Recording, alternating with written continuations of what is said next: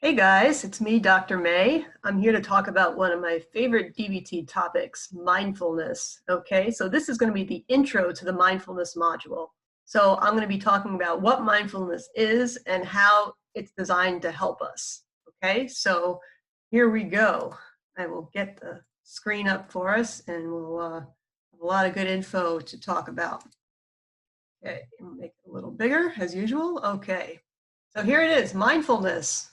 Okay, so the big question is, what is mindfulness? All right, so there's a lot of kind of subtle nuances about it, and we're going to talk about what those are. But a definition I found, which is a little bit wordy, is fully awake and embodied awareness that arises through paying attention on purpose in the present moment. All right, it's quite a mouthful. They packed a whole lot of things into that sentence. All right, so we're going to unpack it and break it down a little bit so you understand it better. Okay, it's important that you kind of get what this is all about before we start practicing it, right? Okay, so the first thing we need to do when we're trying to be mindful is pause. All right, stop the action, whatever's going on, and start to tune in with awareness.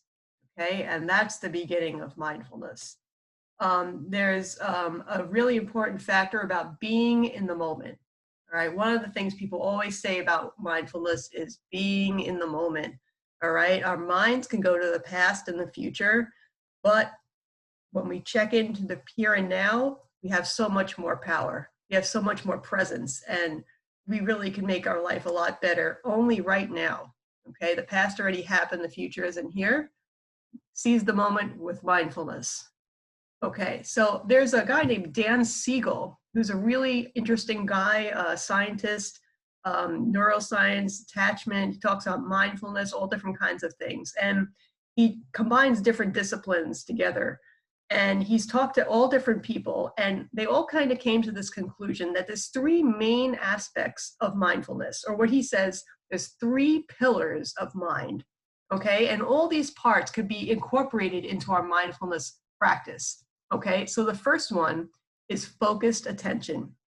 So deliberately paying attention in this moment to something specific. All right, so that's about focused attention. And sometimes doing that could help to settle and calm our mind. So we may want to start with a focused attention practice, such as focusing on our breath. And when we settle our mind on that one thing and move away from distractions and keep bringing it back to that one thing, it has a calming effect on our mind. Okay. The next aspect is open awareness. That's usually good to do after you've done some focused attention and your mind's a little more settled, and less of what they call like a monkey mind jumping all around. So open awareness is kind of like when you zoom out and you allow everything in, that whatever floats into your awareness is something that you're just noticing. So you're not zooming in on any one particular thing. You're zooming out and just kind of like opening your attention to everything that's here. So anything that's kind of floating by. And then finally, kind attention. So it's not just actually a neutral observation. It's observation, but also with a certain kindness attached to it and a compassion. So we're going to talk about these in a little bit more detail, okay, just to make sure we got it. So let's talk about focused attention first. So one of the main ways we do focused attention is by using our senses, okay? So we focus on something we're touching, even if it's the sensation of our body sitting in the chair, or our clothes touching our body, or our hands touching each other. Taste, we could do a mindful eating practice. Seeing, you could open your eyes and look around the room and just notice the things that are coming into your vision, or maybe focus on like one specific spot in the room just to kind of narrow it down and make it, a little simpler.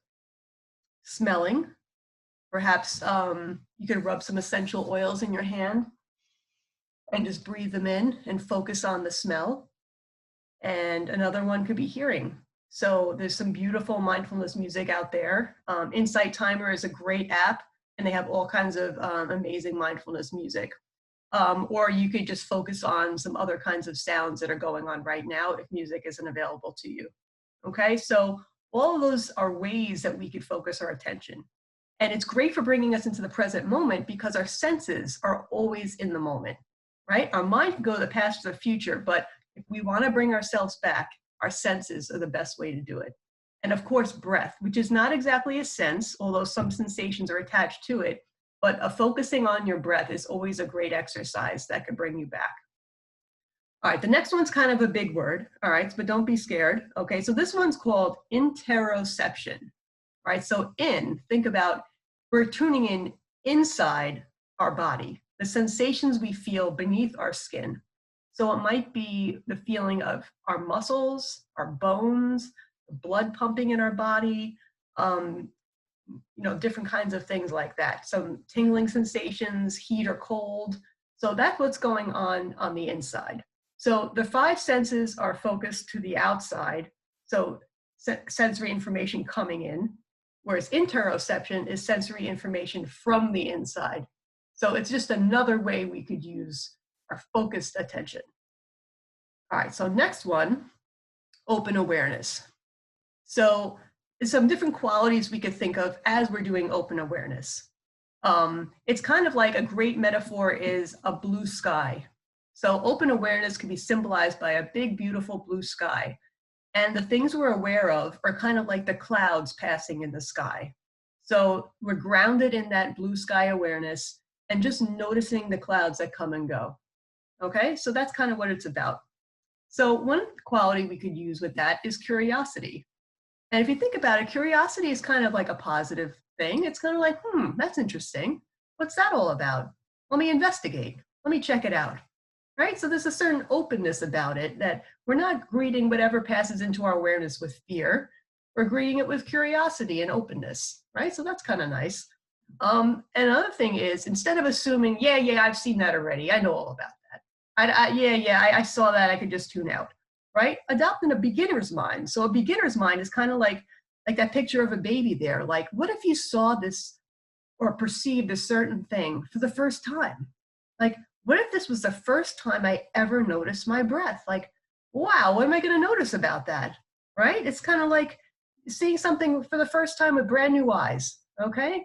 Or let's say I'm being mindful of a shell. And I've seen shells before, but you've never seen this shell. Have you really looked at it that closely? Right? Like really see it brand new. Another word, which is a little cut off by my window here, is equanimity. Right? So it's kind of like the word equal, right? So when we have open awareness, we have kind of like equally open mind greeting of whatever comes our way. So whether it's something positive, something negative, or something neutral, it's just part of the flow of events in life. And I'm going to try to have that calm kind of steadiness as I greet all of these different things. So that's part of that open awareness mindfulness. Okay, another one is allowing, right? Just allowing everything to come in and pass through, because everything does inevitably pass through. Nothing is permanent. The only thing that's permanent is your awareness itself. The things that float in and out of your awareness are not permanent. And making room for a full range of experiences, right? So in order for us to feel more integrated and whole and healthy, we have to be willing to allow in all different kinds of things in our life, right? That like playing every key on the piano instead of just a couple, right? You can make much more beautiful music if all the keys are included. So just like with our life becomes much more beautiful and musical, so to speak, if we are allowing ourselves to be fully human and experience it all, okay? So when we're openly aware, we allow all of it in with curiosity in a beginner's mind. And finally, there's a certain aspect of just be, okay? Just be with that awareness and just be open. So there used to be a Calvin Klein commercial for a cologne, and they used to say, just be. So I always kind of had that in my mind. All right, so that's open awareness. Next is kind intention. So as these things flow in and out of your awareness, you're going to greet them with a certain kind of loving kindness or compassion or empathy. Okay, loving kindness is actually a type of meditation. One of the words I use is metta, M-E-T-T-A. That's like the original word for it. But basically, it's kind of like greeting your experience and other people and other things with wishing us well. You're going to wish yourself well, wish other people well, wish the world well, and just kind of having a loving intention toward everything and everybody. And that really shifts the way we see things. Empathy means to feel kind of like feel someone else's feelings and kind of put yourself in their shoes, kind of like validation. And compassion kind of means to suffer with, whereas empathy means to feel with. Compassion actually means to suffer with. And when you allow yourself to feel the suffering of another, or allow yourself to feel self-compassion and greet your own suffering with kindness, then that shifts the way it goes about. Okay, so they say that self-compassion actually includes mindfulness, kindness, and remembering that we're all in this together, so to speak. That you're not alone in this experience. That other people share it. So that's part of the compassion. Okay, so introducing that is another aspect of mindfulness. Okay, so the big question is, well, how does mindfulness help? Yeah, now I know how to do it, sort of. Okay, a little bit. So why should I bother? Okay, what's it going to do for me? So I'm going to answer those questions. So first, if you're in DBT, chances are you struggle to some degree with emotions and impulsivity. And you probably have some target behaviors you're working on. And mindfulness is a perfect way to start to deal with those things. Okay, so when you're aware, mindfully aware of what you're feeling and what your urges feel like and what your impulse to do is, you could have some power to make a new choice, and you could think before you act, and that gives you a little bit more self-control. Okay, and when you realize what's going through your mind when you have these impulses and what it feels like in your body and all those things, it gives you more insight into what's going on. And when you have more insight and awareness, you have much more power. Okay, and you can make the choices you need to make in order to be more skillful in your life. Okay, so essentially, in order to break a habit, you need to be aware of what's triggering the habit and then make another choice. Okay, so when you do a behavior chain analysis to deal with your behaviors, that helps to build mindfulness in while you're in the moment the next time. So if you realize what the steps were that led to the behavior this time, next time, if you start to experience those steps coming up and you're aware of it, it's coming back to mind, now you're aware of it, now you're mindful, and you could do something else. Okay, so a great tool for helping yourself deal with impulsivity. Okay, some people, when they do mindfulness practice, expect that they should feel relaxed. See, should is a tricky word, but the idea is that mindfulness isn't a relaxation exercise.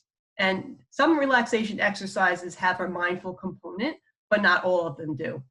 And they actually have different effects in your body when you're mindful versus when you're just relaxing. And if you do a mindfulness practice and you don't end up feeling relaxed, it doesn't mean you did it wrong. It's just that the goal of mindfulness isn't to relax. However, if you practice mindfulness on a regular basis, you might find that you're less stressed out and more relaxed. It might be an after effect, but it doesn't mean you did it wrong if you're not feeling relaxed. Okay, does that make sense? Okay. All right, so here's like an image I want to share with you, actually two sets of images. So let's say the clouds on the left represent all the cloudy emotional turmoil you're experiencing, okay? And so if you pause and step back and are mindful of them, and you kind of examine them with curiosity, and you kind of step back from them a little bit, it's like the clouds start to break apart a little bit. And see how the second picture, there's a little more blue sky, like there's a little more space around that experience, and it's not as overwhelming. And with that extra space, you have a little more choice, and they start to relax, and it changes the way your emotions are operating. So then eventually you can get much more back to that blue sky mind, which is on the right side of the screen. Okay, another image you could think about is that when we're emotional, sometimes we're literally like knotted up, like our muscles are really tense, our body's really tense. And when we kind of breathe through them and mindfully look at them, the way we're feeling, the stress, it starts to like loosen that knot and give it more space, and eventually the knot untangles. Okay, so see how mindfulness can help in that situation? It really can be very, very helpful. Okay, another bonus for mindfulness is that when you're mindful, when you're with people, it can help you have better relationships. Okay, if you're paying attention to somebody and you're paying attention to what they're saying and their social cues and their body language, you know, you're in a better position to respond to them in a, you know, more understanding, kind, responsive way. And they'll appreciate that. When people love to feel listened to and validated, and it's impossible to do that if you're not paying attention. So when you're really more in the moment with people, your relationships have a better chance of improving. Okay, and also, if you're living a more mindful life, right? You kind of take it off the mat, so to speak, and into the world, as they say, like so off the cushion and into the world. Your quality of life gets better, right? If you go through your day with your eyes wide open and you're really paying attention and you're kind of like being aware of all the different things you're kind of experiencing and perceiving, it kind of gives you much more vitality. You feel like you're living in technicolor rather than black and white. And you could really enjoy your life that much more when you're much more present for it. So that's an extra bonus for being mindful. Okay. And on a physiological level, there's a lot of research that talks about how mindfulness is one of the healthiest things we could do for our brain. Okay, I'm not going to bore you with all the little nuances of exactly what it does, but just know that like if you practice mindfulness on a regular basis, it literally reshapes your brain. It changes the way your brain functions in a healthier direction, and that's great for anything that you need to do in your life. Okay, so I might do a bonus video with that information, but trust me on this one, this is really good. Next, it actually also helps boost your immune system. It changes the chemicals in your body so that you're better able to fight off disease when it comes your way. Okay, and when you're mindful, you practice mindfulness, it lowers your blood pressure and your heart rate. So that's associated with decreased stress response, right? So like I said before, it helps with stress. And even it helps physical pain. Like they have special mindfulness protocols to help people who are suffering from chronic pain. Okay, and that's worth looking into if you have that problem, because sometimes people can get hooked on opiates and other kinds of medication and drugs to help with pain, which are addictive and not very good for you. But if you could have a more natural, side effect free way of doing it using mindfulness, why not give it a try, right? All right, so we had a whole lot of benefits today. So again, why not try it out? All right, you have nothing to lose and a whole lot to gain. And in future videos, I'm going to talk more about exactly how we could do mindfulness together. All right, guys. Here I am again. All right, so I hope you got a lot out of that video. So go forth and be mindful, and I'll see you the next time.